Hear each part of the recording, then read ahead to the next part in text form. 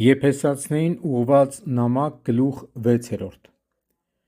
Եվ վերջապես զորացեք Տիրոջ և նրա զորության կարողությամբ և Աստծու սպառազինությունը հագեք,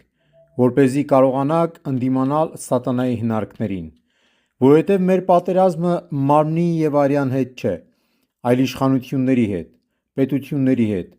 այս խաբար աշխարհի տիրակալների հետ և երկնքի տակ եղող չար ոգիների հետ։ Ուստի առեք Աստծո սպառազինությունը, որպեսզի կարողանաք չար օրերում դեմ կանգնել չարին, ու երբ ամեն ինչ կատարեք, հաստատուն կացեք, տեղում պիտկ կանգնած, ձեր մեջքերը գոտեպնդած ճշմարտությամբ և հագած արդարության զրահը, ձեր ոտքերը ամրացրեք խաղաղության ավետարանի պատրաստությամբ, և այս բոլորի վրա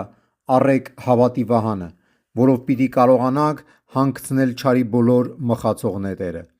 և առեք փրկության սաղավարտն ու հոգու սուսերը, որ է Աստծու խոսքը։ Ամենայն աղոթքներով և աղաչանքներով ամեն ժամ աղոթեցեք հոգով և այդ բանի մեջ հսկեցեք անխոջ հարատևությամբ և աղաչանքներով բոլոր սրբերի համար։